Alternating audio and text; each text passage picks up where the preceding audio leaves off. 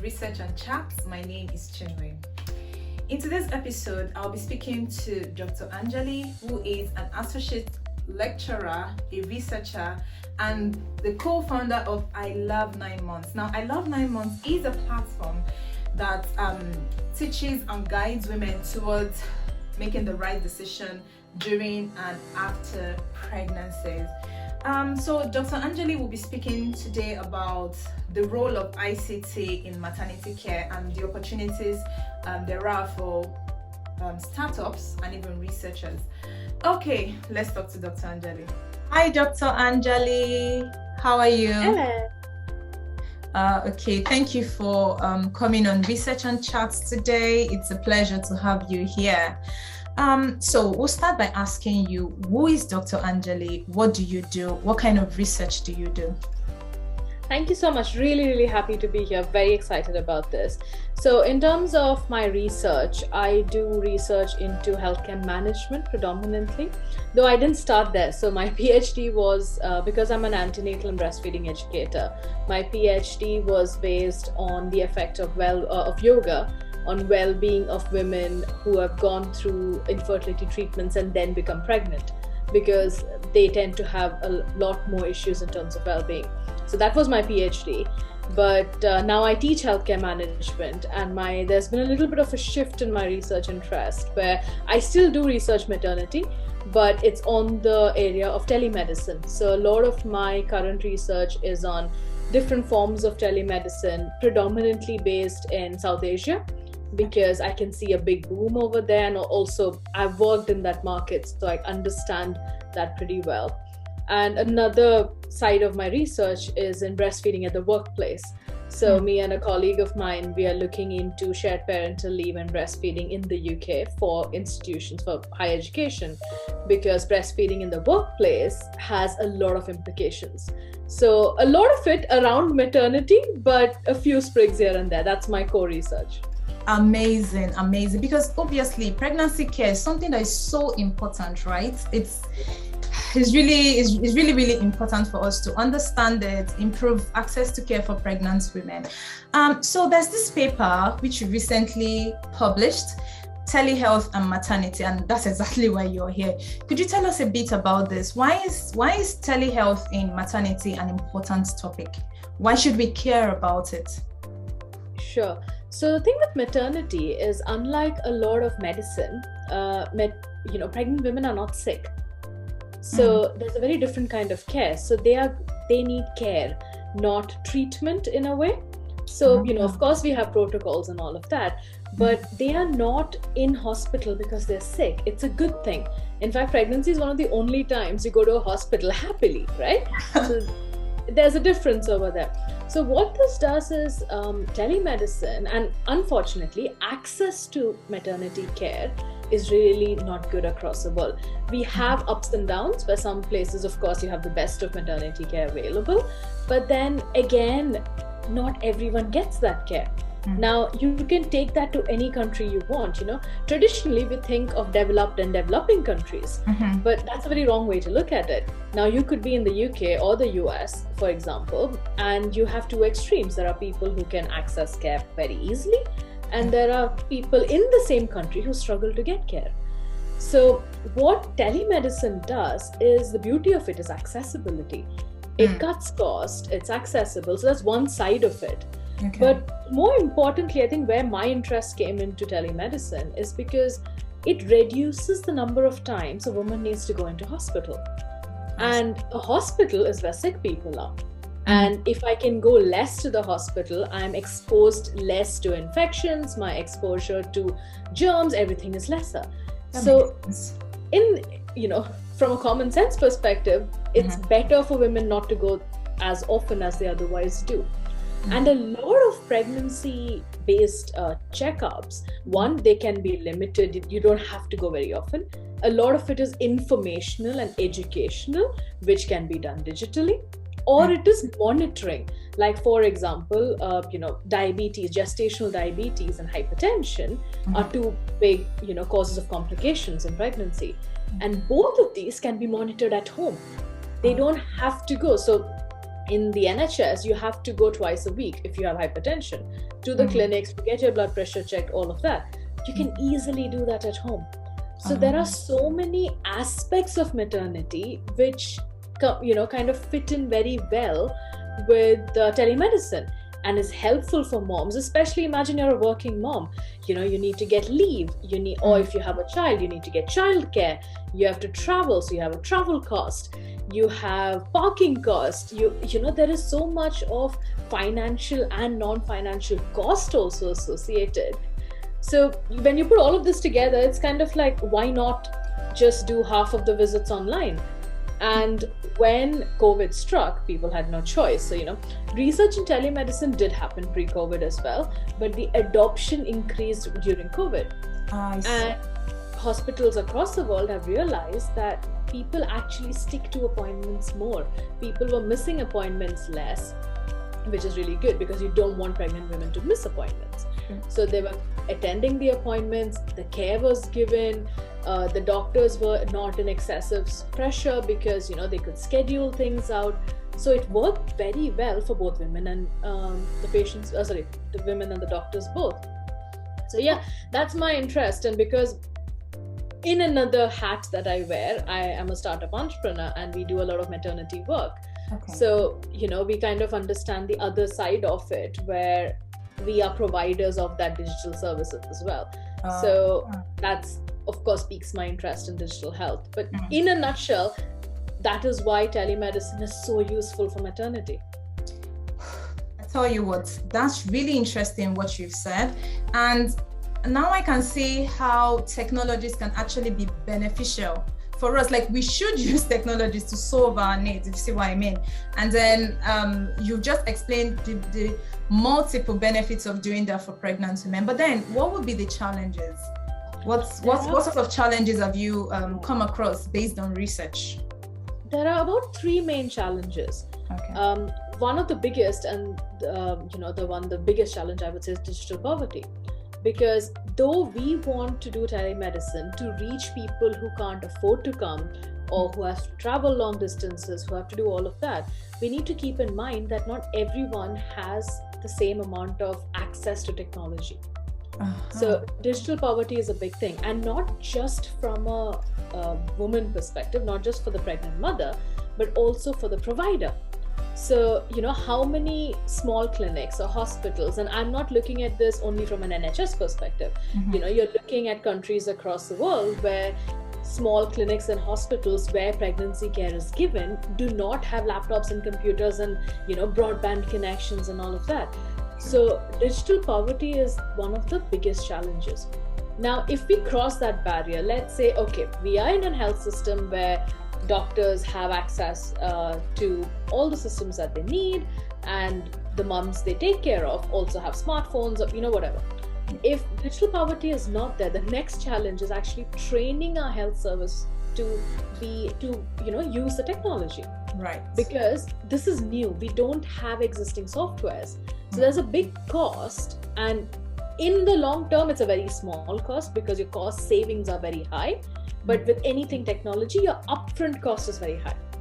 So that investment needs to go in, and then you have to train the staff. So I can create a virtual, appointment system if you want, but what about training the staff to use it? Now, if no one knows how to use it, you're not going to be able to use it. Right. So digital poverty is the first thing. Second is the, training and all of that. And the other one is the sheer fear of, losing that human touch. You're so right. Because I've seen a lot of arguments around this, and the problem is it's not all or nothing, right? We have to have a midway. Of course, we need women to come in to do physical checkups. That's the only way you can check the growth of the baby. There are lots to do. Right. But they don't have to come in just to do a blood pressure check. So it's about getting that midway and you convince both doctors and the pregnant mothers that just because you're not coming in every week does not mean we are not caring for you. Does not mean we are not keeping track of you. We are. But it's just that it's more convenient. So there is a little bit of a mindset shift needed on both sides of the table, not just on one, about, this is not an all or nothing. It's going to be a midway. where you come when it's needed and we take care of you, and all other times we take care of you from a distance. But then all of this will only happen if they have access to technology. Right. Okay.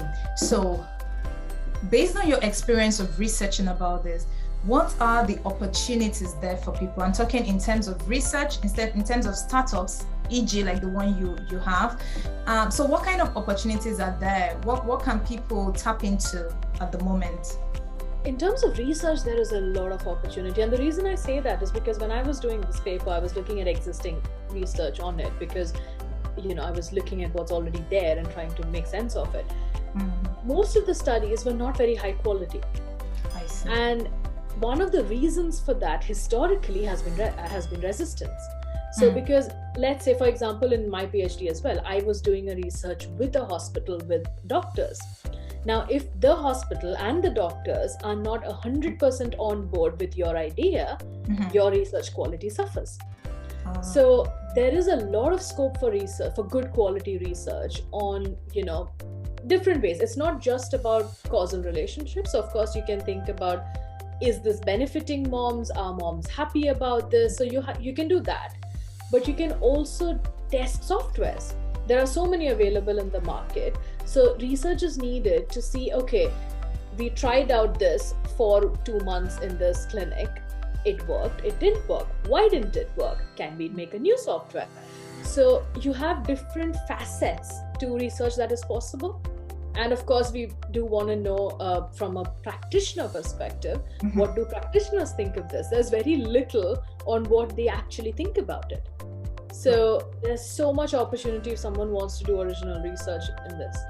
And from the business side of things, of course, telemedicine is booming. There's been so many acquisitions and mergers across the world in terms of telehealth. In fact, in the UK, it's not a startup, but the NHS, at least in Yorkshire, they're using this website called mypregnancynotes.com. And that's linked with NHS, and your entire pregnancy care happens through that. It's happening up here in Yorkshire. I don't know about the other parts of the UK. But similar to that, hospitals can build their own if they don't want to. So for example, in the country where I come from, in India, it's not public healthcare. Every hospital is private. Now, in a private healthcare, the hospital themselves can build it, or startups can build systems and lease out to the hospitals. Telemedicine is definitely here to stay. I've heard a lot of arguments about it. However, like I said, it's never all or nothing. It's going to go into a hybrid form where you do some appointments physically and some appointments virtually.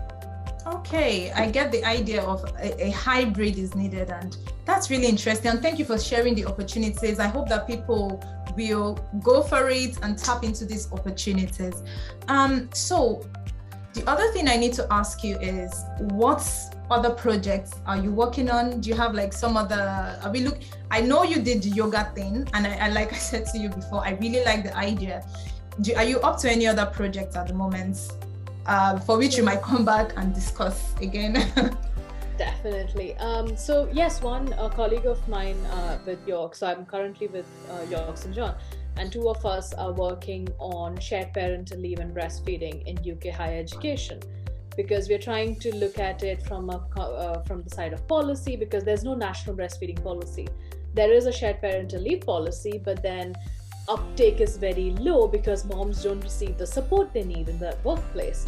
So we are looking at the relationships between that and how we can make workplaces a lot more supportive to then allow moms to take shared parental leave, which then means you look at gender equity, not just equality, gender equity, career progression. So it has very long-term consequences. So that's a project that we are currently working on.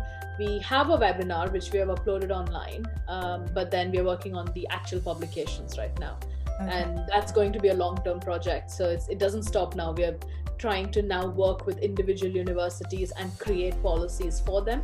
But I think our final aim is to see a national breastfeeding policy at some point. That's what our vision is, to go there. Right, well done. You're doing a lot of work, and I really appreciate what you're doing. Something else I appreciate is your platform. I love 9 months. Like, I find it really interesting how researchers can move from doing this research to actually going into the practical practicality of it. So could you tell us a little bit about I Love 9 Months and some of the work you're doing and how people can get involved? Definitely. So I Love 9 Months is a maternity care company in a way. We used to call it a platform, but it's no longer a platform only. Right. So we have a web application. It's called Daily Care Plan for Me. And what that does is you log in, you put in your potential due date, or if you already have a baby, you put in the baby's birthday, and it gives you every day what small tips, small bits of information that's relevant to you that day. Because one of the biggest problems with pregnancy is that you're overwhelmed with information. Everyone tells you everything at the same time. And what we have done is built this in such a way that you only get what you need that day. So, quick example, if you're a breastfeeding mom and let's say you're 5 days in, the baby's just born 5 days before, it will give you what's required at that point. So how do you latch the baby? How do you get into the habit of feeding? How do you care for the umbilical cord? So only things that's relevant at that point. So, and it's very short, and it also has nutrition advice as well. Nutrition, activity, and antenatal breastfeeding and postpartum care. So very short snippets. So that's a web application, completely free to use. Anyone can log in and use that. Right. Then we had a mobile app, which now we are reworking on. So the new one will come up probably end of this month. And that's going to be all health trackers for mom and baby. So now if a mom's pregnant, what she needs to do is download 15 different trackers, one for contraction, one for kicks, one to feed. We have put it all in one space. So all you do is download it and you have everything that you need, including developmental milestones, immunization. Again, some of this may seem very, we already know this in the UK context. But in countries like India, where it's private healthcare, you don't have a nationalized system. And it's entirely dependent on you. Have you gotten your child immunized? Have you checked your milestones? So we are helping moms make that decision and make life easy for them. In fact, we have a lot of users from Africa, which was very surprising to me, in fact, because on Daily Care Plan, we haven't even publicized it. It's just a soft launch and shared on Facebook and few other spaces. And we have so many users from Africa. So I can see where moms need that support. So what we say is that we are here for non-clinical support. We don't do clinical, we don't talk clinical at all. But clinical issues are not what overwhelms mothers. It's the non-clinical side. Right. How do I take care of myself? How do I take care of the baby? So all of that is covered. In India, we also do 2 more things, which is one is Breastfeeding Pods. And I think that's one of the posts that you saw recently on my Twitter, where we set up breastfeeding pods for moms so that I'm completely pro public breastfeeding. Let me make that clear, because whenever I say breastfeeding pods, the first reaction is, but women should feed in public. I'm completely okay with that. But what I don't like is women not having a choice. Right. And with the breastfeeding pods, we are giving women a choice. You want to feed publicly? We are there for you. But if you want a closed, safe space, you don't feel secure standing outside, or in Indian weather, it's unbelievably hot, and you just want a nice cool space, you can use the pod. It has a fan, it has a plug point. So that's our initiative, and a lot of metro stations, railway stations, and now smart cities are taking it up. So that's breastfeeding pods. And the last thing we do is maternity home care. Wow, well done. I really appreciate what you're doing, and I can only just say well done. Thank you so much. So to end today's chat on a light note, we'll play a game. Are you ready? Brace up for it. All in. I'm very competitive, so I'm definitely. Okay, so what we'll do is this. You see the word maternity, which is what you've researched about, and I'm sure you've used the word many times, countless times. Now, the letters in the word maternity, you would have to rearrange them anyhow you please and give me 10 words. So it's a word game. Yeah. I'm expecting that you create 10 words from the letters, the 9 letters in the word maternity. Good. Are you ready? Do you think you can do this? I'm all in. I love word games, and like I said, I'm super competitive, so all in for it. Okay, so like I said, I'll give you 10 seconds, just 10 seconds to think about the words, and then I'll give you 1 minute. You have to give me all the words in 1 minute. So your 10 seconds starts now. Okay.